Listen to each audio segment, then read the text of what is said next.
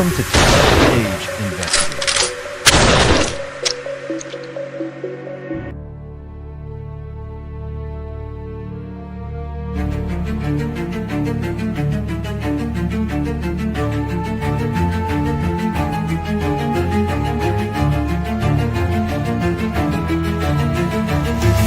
In the shadows where the truth hides deep, echoes of the lost and the secrets they keep. Cold cases burn in the back of your mind. We dig through the dark, one, two at a time. This ain't fiction, this is blood, this is truth. 12 Gauge Investigative, justice uncaged. We ask the questions they're too scared to say, shining a light where the guilty pray. From killers to whispers, we won't look away.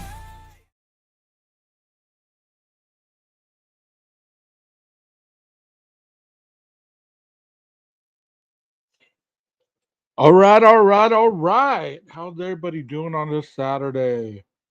My name is 12 Gauge. Welcome to my channel, 12 Gauge Investigative. If this is your first time here, thank you for showing up and joining us on this Saturday. If you've been here before, thank you for continuing to show up. You know, last night I had some of my subs talking about this case. I've dove into this case. I'll never find the video. It's in my library somehow. Or maybe I didn't even make it. I'm pretty sure I did, though. But if you're not familiar with this case, let me tell you a little bit about it. And then we'll jump into the news broadcast that we're going to talk about. And I'm going to give some insight for educational purposes only. Once again, please don't forget to hit the like, share, and subscribe button if you enjoy what I do. And let's try to move around to a new case. We got PKC in the chat. How you doing? Hope the weather is as warm as it is here in Idaho. It's pretty warm here. It's about 87 degrees where I'm at. Hence the tag top. And I got through working out. Just drank a protein shake. Thought I'd hop on here and spend some time with you guys. Well, let me tell you a little bit about the murders of the yogurt shop. Murders, they happened in 1991 in Austin, Texas. There was 4 teenage girls that were working at this yogurt shop. And if you've never heard of the country's best yogurt, TCBY, they were around forever. I don't know what happened to that yogurt shop. I know they have one in Foley because I've been there before. So I don't know if they have a TCBY in your location or your neck of the woods, but if they do, then you're going to understand what yogurt shop I'm talking about. Well, this one happened in 1991. So 3 decades ago, these females were working the late night shift. There was 2 friends, and the others were sisters, I believe. Well, right before closing time, somebody came in, robbed them. They sexually abused one of the girls, and they burned the location. As far as I can remember, that's as much as I can remember, but they also had multitudes of confessions. So they had a history of a detective that was very instrumental in strong-arming people when he would interview them and even made them suspects. So therefore, he interrogated them with that kind of threatening manner that they used to get away with back in the day. And there was a lot of false confessions for this murder. Well, it comes to mind that here we are investigators believe that they have found the culprit to this murder. So let's go ahead and play the video and get some inside information about this case. It's very touching, man. It was hardcore back in the day. 2025 ain't got nothing on this, I promise you. Paula, it looks like you and I are the only ones chilling today, which is fine with me. Let's go ahead and watch this together. Mark and Tony, and we are interrupting our regular newscast with some important breaking news that so many may have waited decades to hear. Authorities are telling us that it's a resolution to one of the defining events in Austin's history. Yeah, KVUE News has confirmed investigators with the Austin Police Department believe they have solved the infamous yogurt shop murders after nearly 34 years. Finally, an answer to this question that has haunted Austin for decades. Who killed these girls? Jennifer and Sarah Harbinson, Eliza Thomas, and Amy Ayers, back in December of 1991. His senior investigative reporter Tony Plahetsky is here with us with what he's learned about this break in the case. And Tony, it is hard to overstate the significance of this news that we're delivering right now. Mark and Quita, of course, when you think about the yogurt shop murders in Austin, they are interwoven into the fabric of the city. It was a defining moment for the city. There has been a search for answers for decades. And to reach this point, I want to tell you how they got here. Law enforcement believe that they have been able to finally find this killer through what experts call genetic genealogy. I know a lot of people have heard of. Well, listen to that. Genetic genealogy, IgG. Many people are not fans of IgG, genetic genealogy, but you know what? It's proven to solve a lot more crimes than it is to mistake wrong people for committing these crimes. DNA is a wonderful tool for law enforcement to be able to solve certain crimes that are cold cases that have gone cold for a long time. And I have to continuously stop this so YouTube doesn't strike me. So if you're watching for the first time and you're wondering how come I start. That's why. I'm not just talking just to hear myself talk. About this because it's been used to solve other crimes, other cold cases across the country. Now, let me tell you a bit more about what has happened within the past couple of hours. Authorities are now prepared, they say, to name a man they believe who is a serial killer who is responsible for these deaths. They say he is responsible for at least 3 other murders across the nation. That man, his name is Robert Eugene Brashers. He had no known ties to Austin other than these murders. He did not live here. He did not work here. He died by suicide in early 1999. That's about 8 years after the yogurt shop murders. Wow. This timing is tragically noteworthy, and I want to tell you why. It's also about 8 months before Austin police charged 4 other men with the yogurt shop murders, cases that, of course, we know ultimately collapsed over the next decade. This afternoon, it is our understanding that law enforcement has been in touch with the families of the yogurt shop murder victims to inform them of this development that has been tantamount to their. So he died by suicide in 1999. Didn't ever get to face justice in these crimes. And they called him a serial killer. So if you understand the definition of a serial killer is a person that kills 2 more people, has a cooling off period, and then kills again. That is the definition of a serial killer. So he must have been implicated in some other murders around the area or other states. So Robert Brashers. Priority after confirming this DNA analysis in recent days. They have wanted to get to the families and make sure that they heard it directly from law enforcement, had all of this explained to them before the information was made public. And so that is what has been happening this afternoon. Austin Police Department, we do understand that they are prepared to notify the public in an official way this afternoon.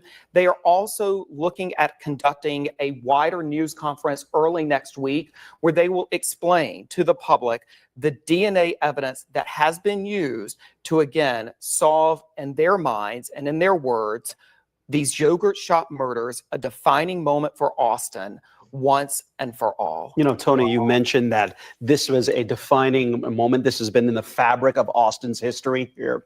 Let's go back over what happened, because as you know, Austin has changed a lot in the last 34 years, and many of our viewers may not know the significance of that night back in 1991. Yeah, 1991, and I can't believe it's yogurt shop, not very far from here, actually, in North Austin along Anderson Lane. Two of the young girls were working at that yogurt shop, again, December 1991, and the two others, including the younger sister of one of the employees, she was there visiting. Authorities have said for decades that around closing time, a gunman came in and forced the girls into a storage room in the back of the shop. They were ordered to disrobe. They were bound. Each of them was shot in the back of the head.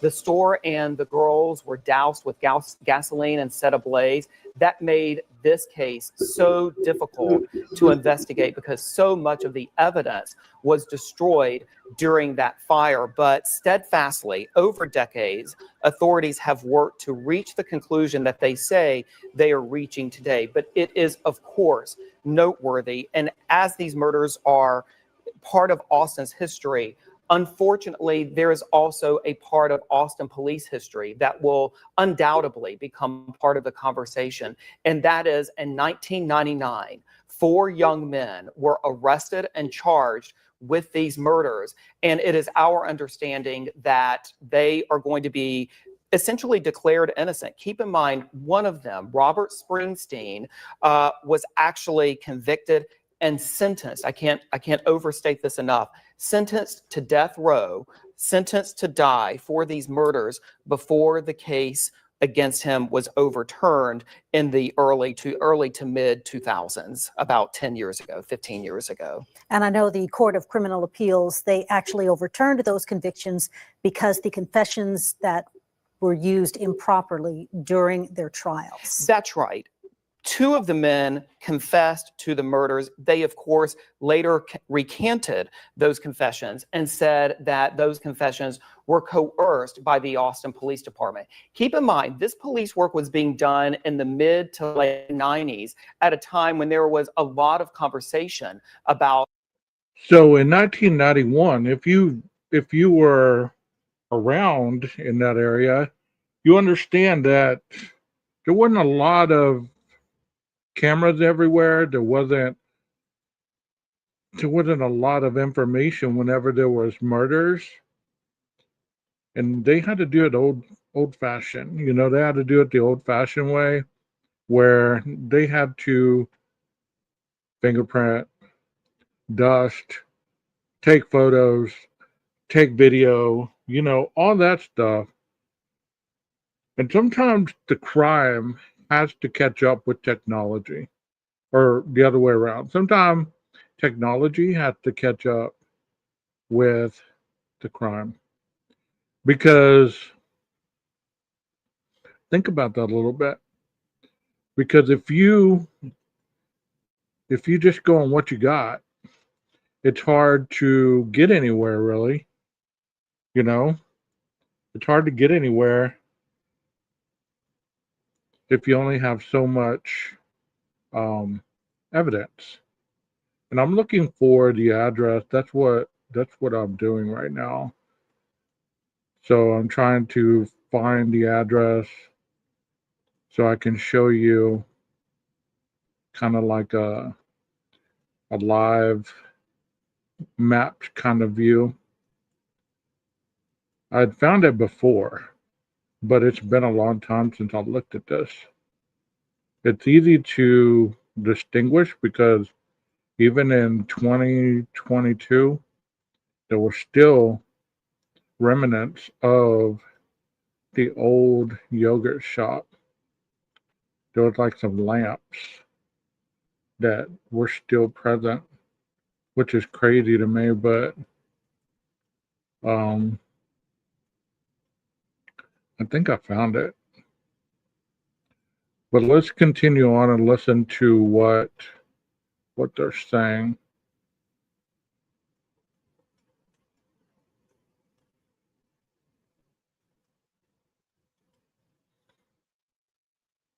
Authorities, not just in Austin, but across the country, using tactics that have since been banned, essentially, to try to ascertain confessions from suspected killers.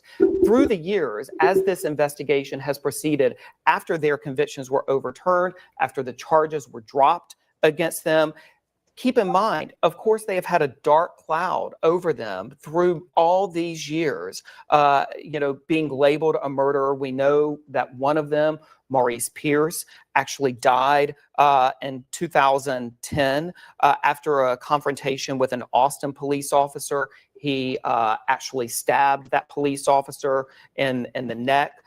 Before the police officer returned fire. But there is a picture, again, this video that we have goes back decades, that this case has dominated headlines off and on. And I also want to point out that this case has drawn so much fascination, not just here in Austin, but across the country. It has, as we know, been the subject of multiple documentaries, online chat forums where people are working to solve the murders. But most recently, as many people in our community know, there has been an ongoing HBO documentary as well that has again put the national spotlight on this case. And a lot of people have asked me, is any of this tied to the documentary? The answer to that is no. And keep in mind that this DNA testing has been going on off and on for a number of years. And most importantly, the work that has gone on to this investigation has been quite literally decades in the making, with a generation of investigators examining what happened. Tony, it is 5 o'clock right now. And for our viewers that are joining us for the 5 o'clock newscast, you have reached us in the middle of a big breaking development in a 34-year-old cold case in the Austin area. Someone has been named as a murderer in the yogurt shop murders from 1991. That's right. 4 young girls working at an I can't believe it's not yogurt shop killed.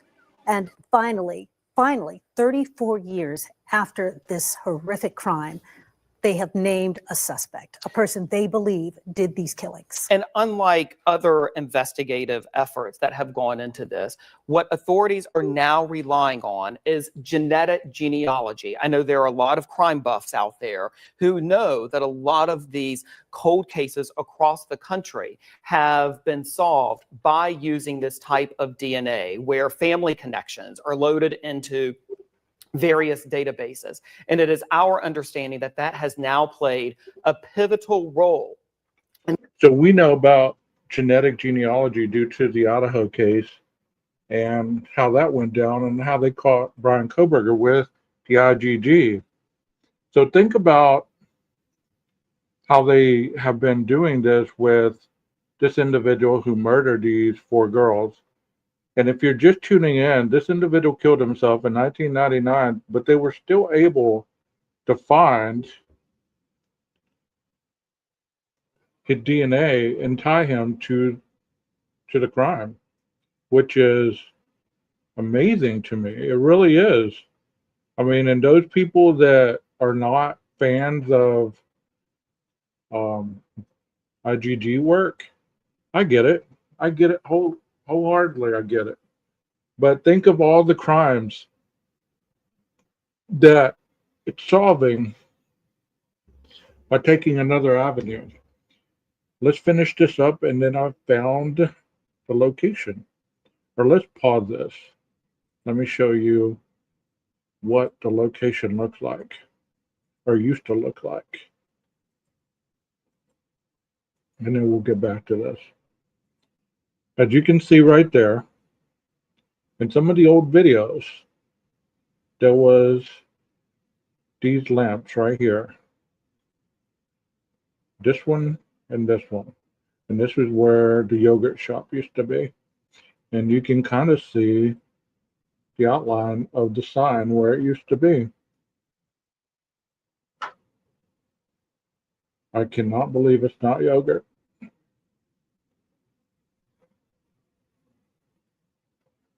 Is that what it's called? TCM, wait, TCBY.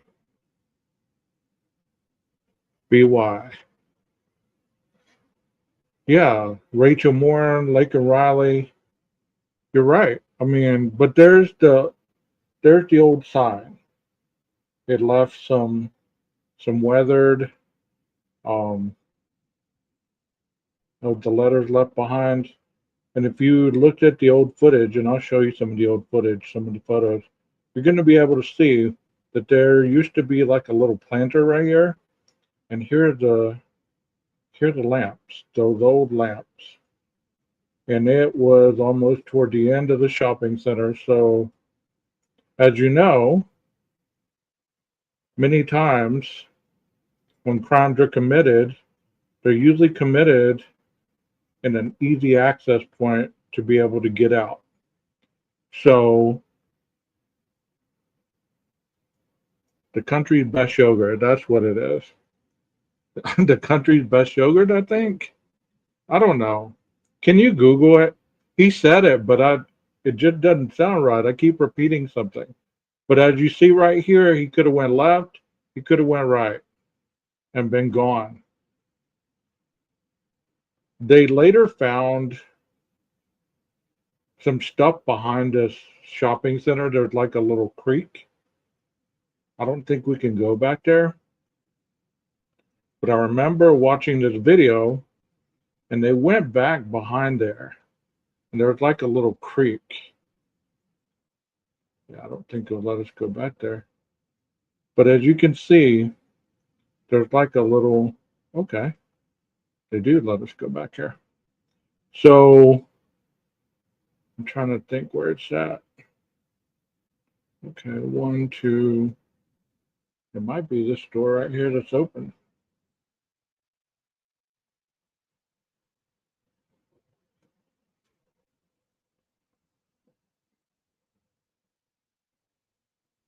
Okay.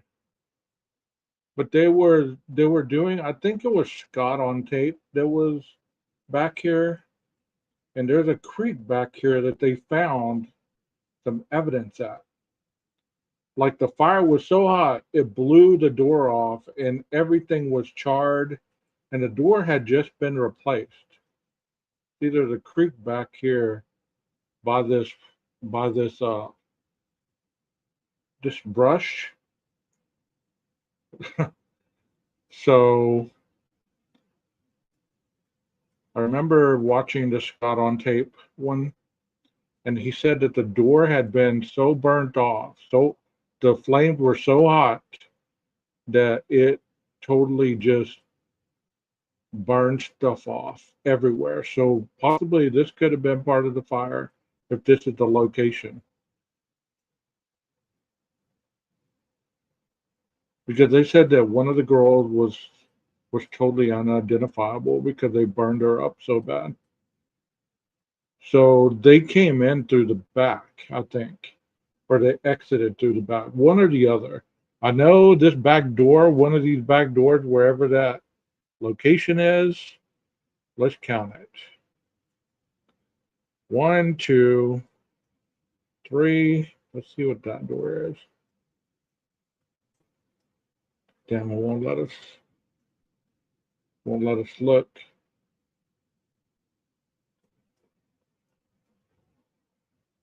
Okay, so that's 1, 2, 3. 1, 2, 3, 4, 5, 6, 7. So let's go to the front, see how far down it is.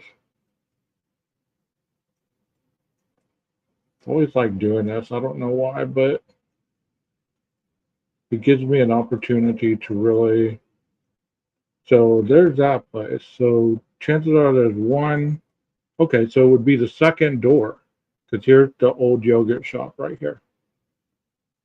So it would be the second door.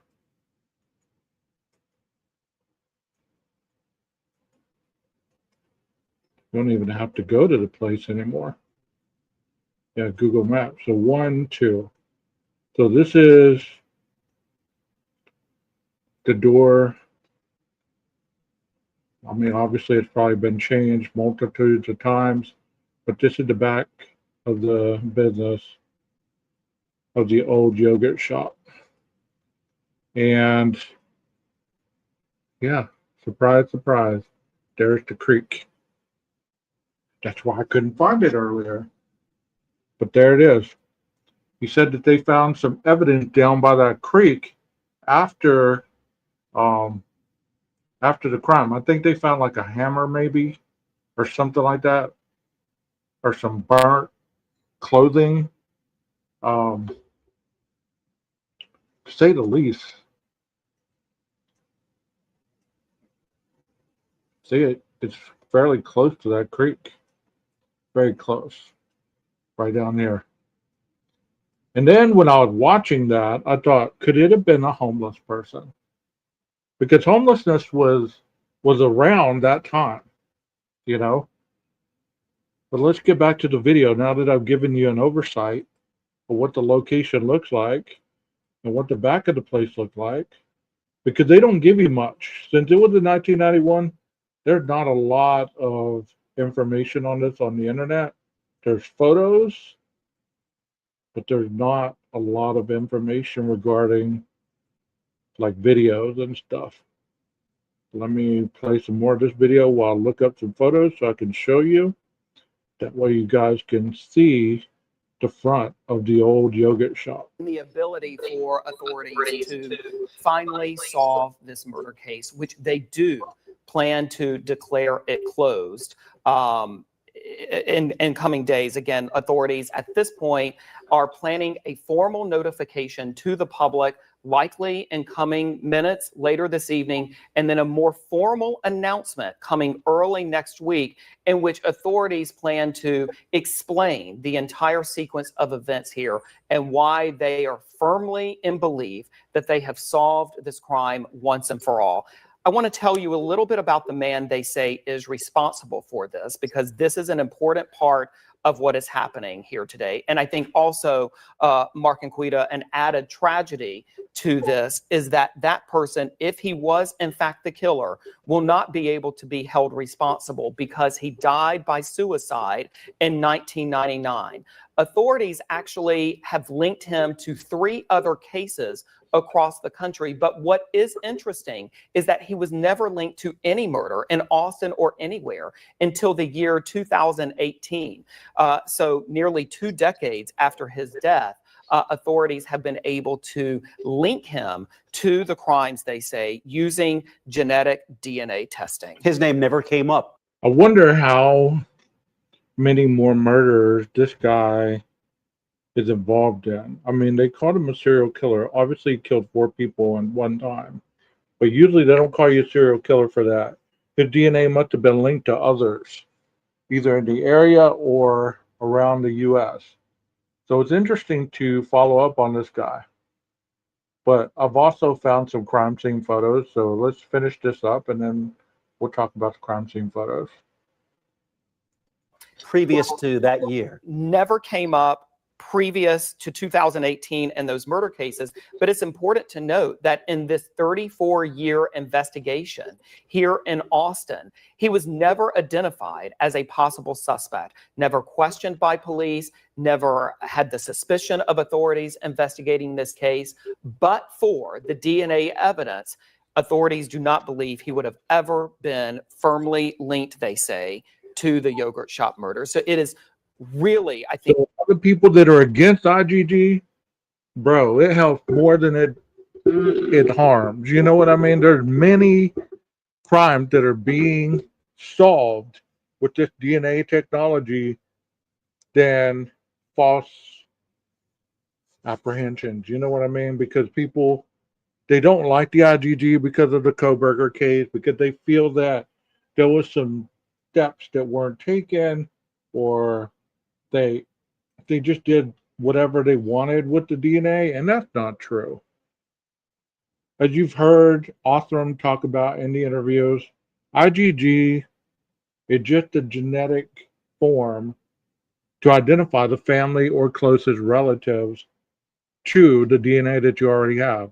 As simple as I can make it. So this STR profile must have been a male.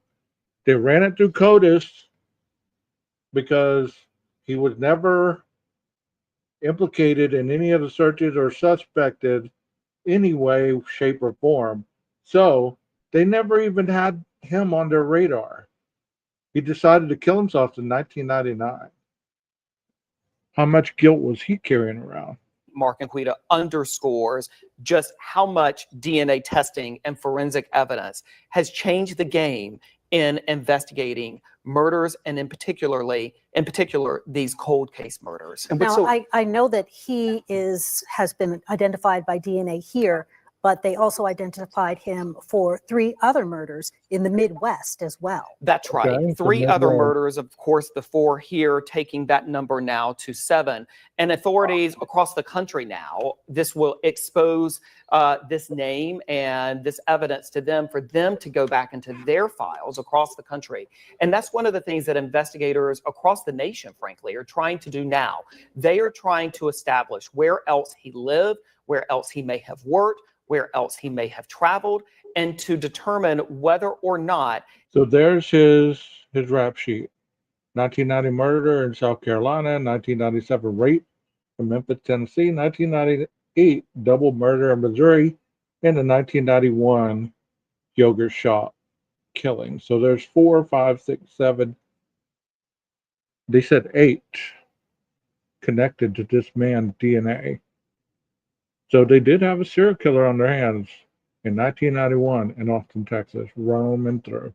He could have been in those communities that have similar cold cases of women with a similar MO. And that is one thing, that is a piece of work that is happening right now. And we actually have some of the other cases on screen right now. You can see he was implicated in a 1990 murder in South Carolina, a 1997 rape in Memphis, Tennessee, a 1998 double murder in Missouri. And of course, police officials saying all of those cases connected by DNA, genetic, genealogy, and now connecting him to the yogurt shop murders as well. 4 young girls were killed in the yogurt shop murders, and that yogurt shop there in North Austin. 2 were working at the shop, and the 2 others were visiting. A pair of sisters were among the victims in that case. Such a tragedy that happened in 1991. And again, when you think of the families of those young women and the amount of trauma, the ups and downs, we found the guys, we didn't find the guys. They've been excluded actually as suspects now. That is one. See, there is a still photo. There's an old lamp right there. So maybe this one is further down, because this looks like the party place. So the lamps might be at that party place. This might have been on the corner of that other place, because there's not a lamp on this side. Huh. Let me look at that.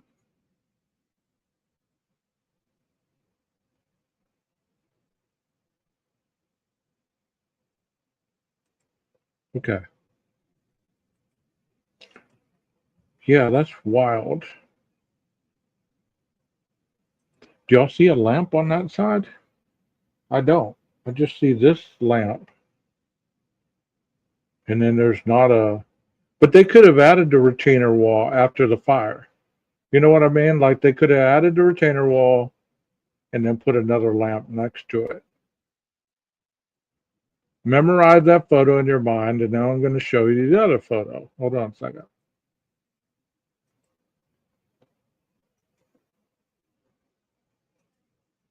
If you're watching, come on in and say hello. You don't have to chat. Just come on in and say hello. And here's the other Mark 2024. See that the end of the building.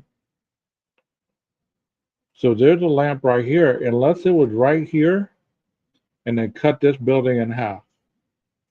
But I don't think so, because like I said, this looks like the yogurt lettering right here.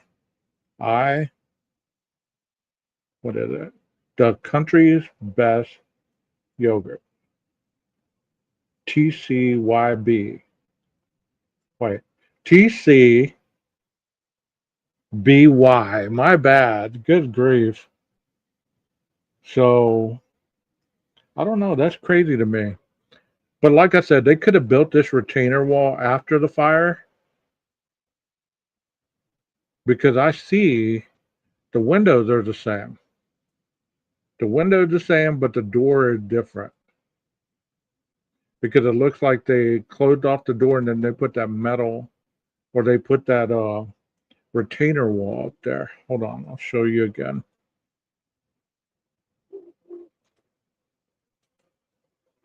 See, like right here, the door is the same, but it looks like they closed this door off with bricks.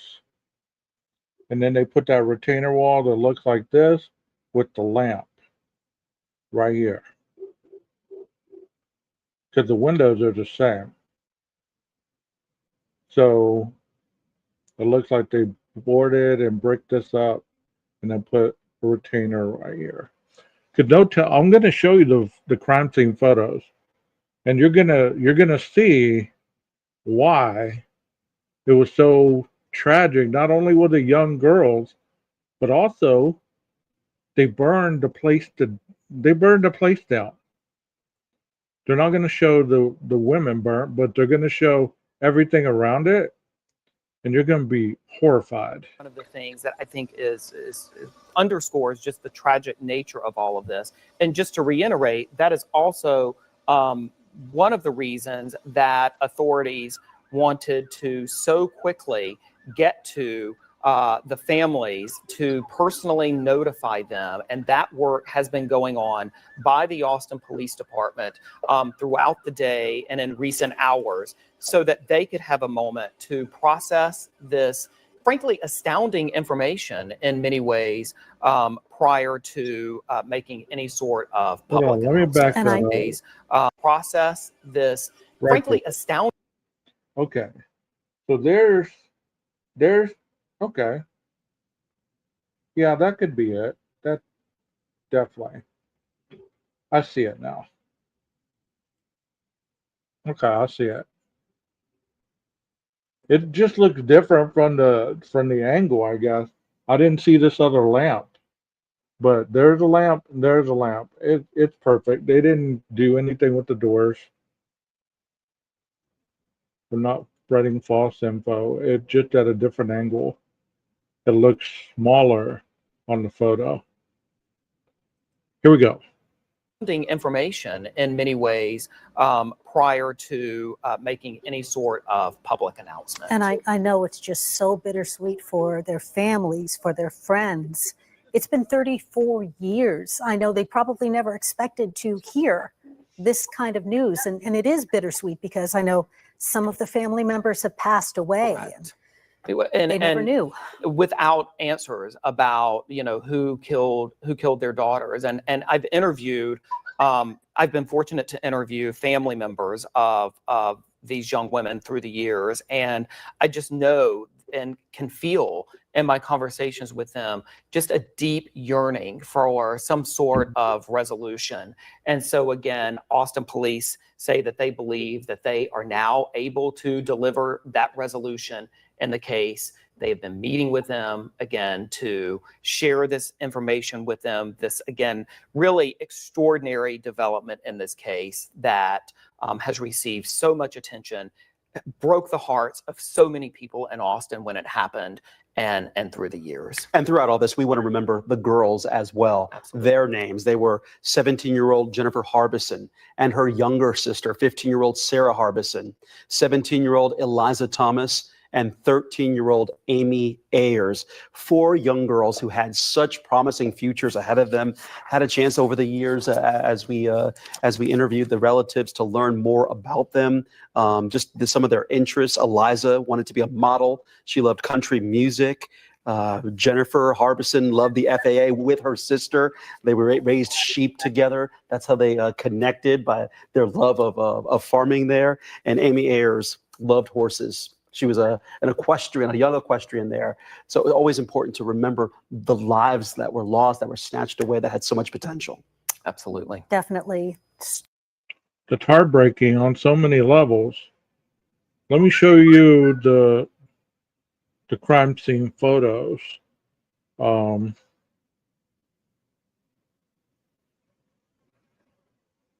tell you, my freaking phone never goes off until I go live. And then everybody's wanting to post about what they're doing or blah, blah, blah. Let me post the crime scene photos here. Because that's one thing that you get on this channel that you don't get on others. It's the ability to see the crime scene photos if they're available.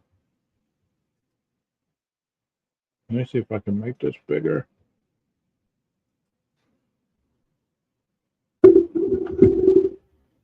Because a lot of channels will tell you you can't handle the truth. You know, they want to keep you buried from the gore of these crimes. Well, you know what?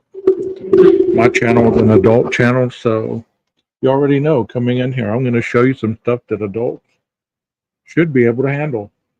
It is true crime after all. Well, this is the photo of the yogurt shop. And you do see the brick layered right there. So I was looking at it totally from a different angle. So this happened at December 6, 1991.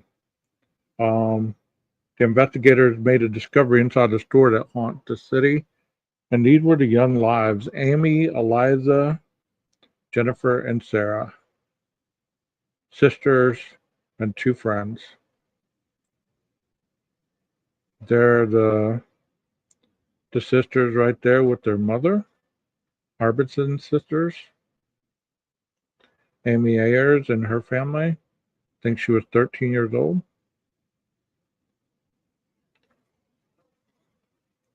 And Eliza Thomas. I think she was 17. Look at 12 go.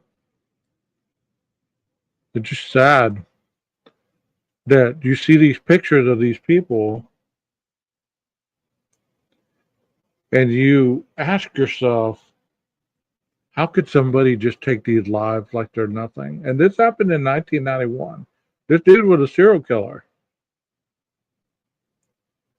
So here's the charred debris inside the yogurt shop. Let me minimize this a little bit so you can see it a little clearer.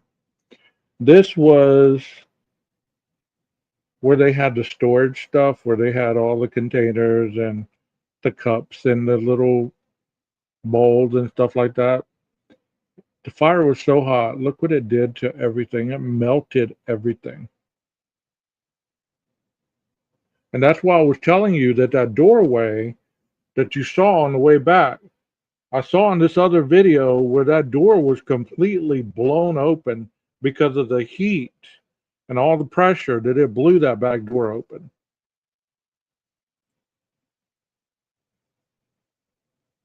It was so hot it melted the telephone. Look at that. So this individual, Robert Brashers, obviously used an accelerant that created the heat that was so intense that it just decimated everything in its path. One of the girls was laying on her back, naked, and you could just see that she had been violated.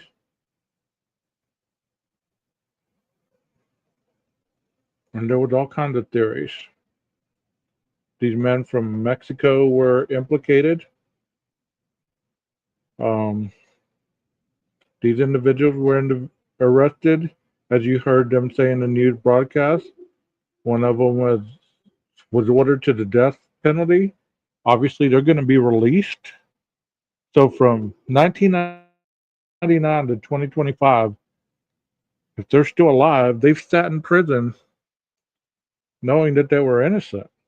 But they weren't totally innocent. That's why they ended up in prison, because they had such other crimes that were never charged for. So I guess in retrospect, they were paying their dues for stuff that they weren't caught for, and I don't know how you feel about that, but karma kind of irons everything out, you know? They were getting away with stuff on the street and they got caught for something and they ended up having to pay for it. Not necessarily, nobody was put to death. So all these people were released. Can you imagine after all these years finding out, hey, you're free, bro? No more death penalty. And the thing that made it so bad is they confessed. His 20-hour interrogation took place over the course of 4 days, during which Scott confessed and taken part of the yogurt shop murders. Days later, Robert Springsteen also confessed under questioning. Despite both men later claiming their confessions were coerced, they would eventually be convicted.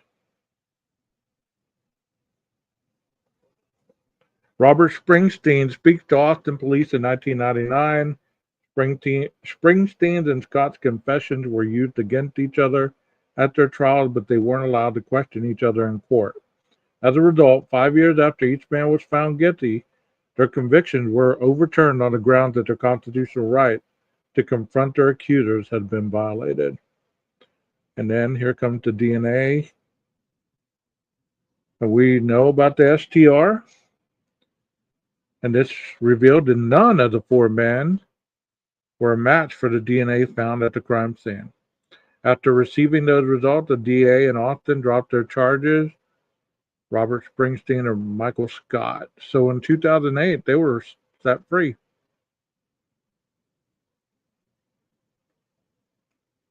It said on Thursday, February 27, 2020, the APD provided the FBI with new YSTR profile generated from its evidence sample.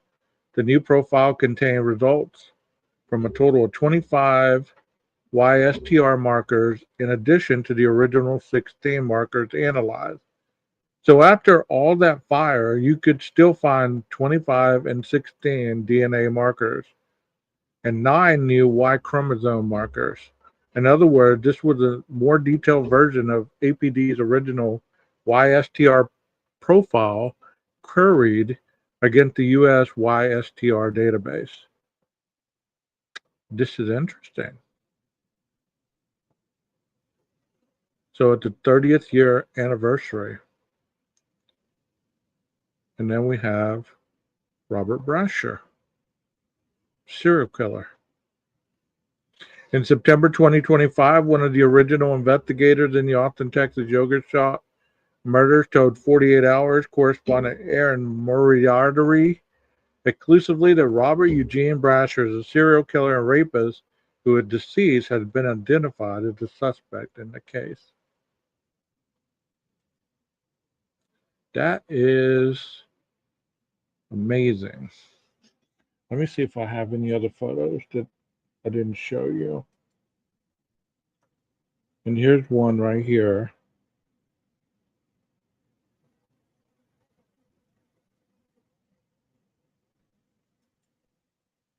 Make this one a little bigger so you can see the severity of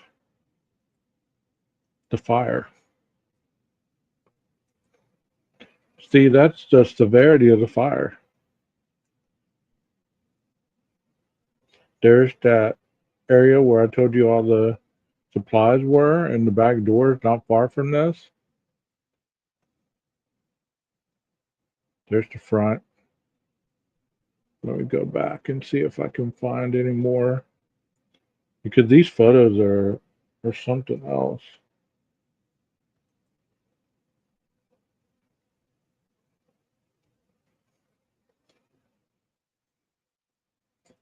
You know, a good thing to do too is to like go on Reddit. They have a lot of pictures on there too.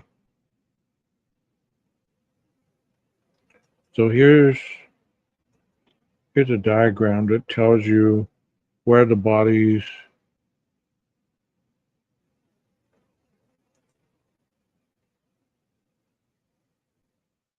where the bodies were found. Hold on a second.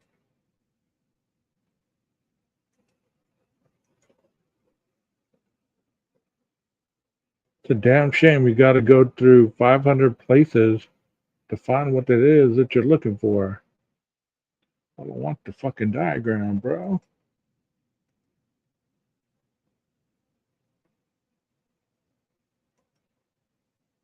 Okay, I found one. Let me get that up here. Sorry about the cussing, y'all. Okay, this is the outline of where the girls were found. This one right here, I think her name was Amy. I think this is the one that was found with the multitudes of sexual abuse. She was raped. The other three were just shot in the head. These were the sisters, I believe, and this was the other girl. But this one was the 15-year-old, I believe. Wow. So if you have HBO, you might go to HBO and watch the documentary. I don't have HBO, but hopefully it comes on some other streaming service. It's just heartbreaking how these crimes just happen, and people have so little regard at times for the victims, the families, all that stuff. You know, it's just tragic.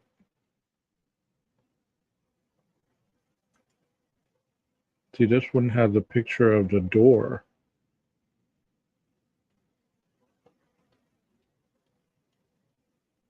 Here it is. Let me show you the door.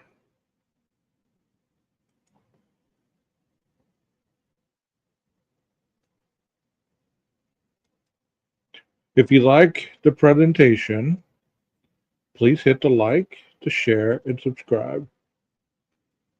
Come on. So this was the door behind the yogurt shop. They all look alike, you know, they all look alike. But this was a double door, it looked like.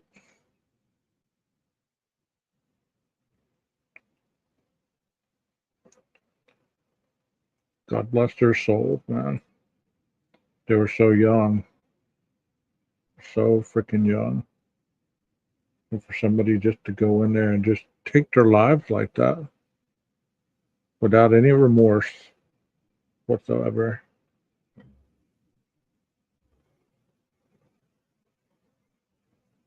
Once again, I'm going to show you the 2024 view of it. And then I'll probably get out of here because we're almost at an hour. If you like what you see, hit the like, share, and subscribe button. Hopefully you subscribe. Here is where the location used to be. Once again, we can go around the back.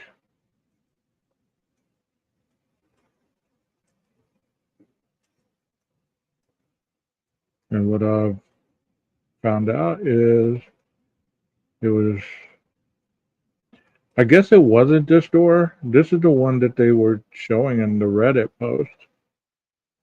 So I don't know if this is the door, but I counted two. So if these two are together with that big ass business, then this is probably the door. But then there's the creek area back there. But when I watched that Scott on tape, they showed this creek back here where they had found some evidence back there. They had found some clothing, I believe, back there. And, you know, yeah, they were getting ready to close. They were getting ready to close when this occurred. I think they were closing at 10 o'clock. And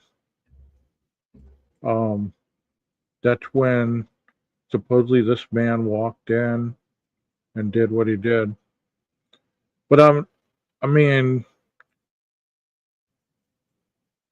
we followed enough true crime to know that, you know, if there's anything such as a creek or any area, you can find a lot of evidence along that area, whether it be a cigarette, whether it be part of the clothing of the individual,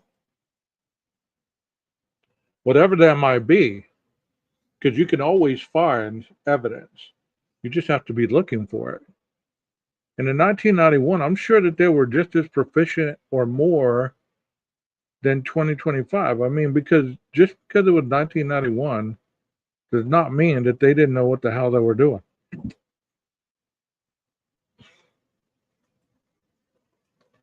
See, this is where it was right here. So I'm saying if those two doors were right here, then that makes sense that this is that door that's open. But who knows? It'd be awesome if we could look inside. And I think this strip mall is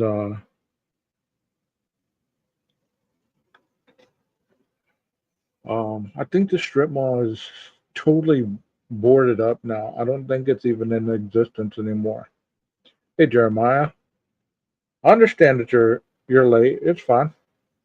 You can go back to the beginning. We kind of identified that they've caught somebody who was the killer by using IgG technology, and his name was Robert Brasher. He offed himself or killed himself in 1999, so he was never taken to justice. But for the families, they have a sense of closure. Well, originally, 4 people were convicted. 4 people were convicted. 2 were suspected.